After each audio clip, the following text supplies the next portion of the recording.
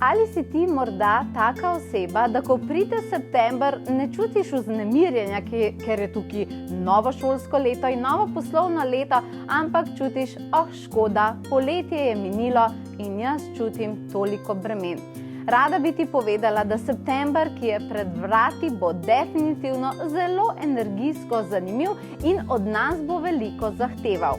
In če si ti torej ta osebica, ki pride do septembra in se počuti, da so bremena prevelika, je to zaradi tega, ker v sebi nosiš ravno to, kar sem povedala, veliko bremen.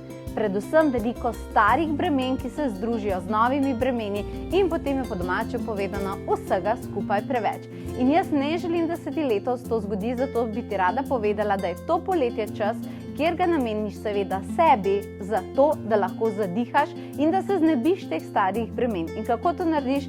Ja, čez poletje je najbolje delati na vzorcih, na razbremenjevanju starih stvari in seveda na zdravljenju starih bolečin. Vsak izmed nas jih je v življenju imel in vemo, kako smo to premagali in sedaj želimo pomagati tudi tebi.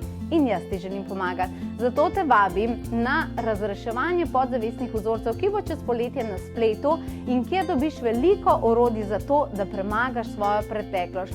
Vse tisto, kar te straši, te spravlja v dvome in tako naprej, kar pri tebi doma, tudi če boš na morju. Tako da poglej si, naklikaj si povezavo, kaj ti tečaj se že kmalu pričenja. Se te veselim.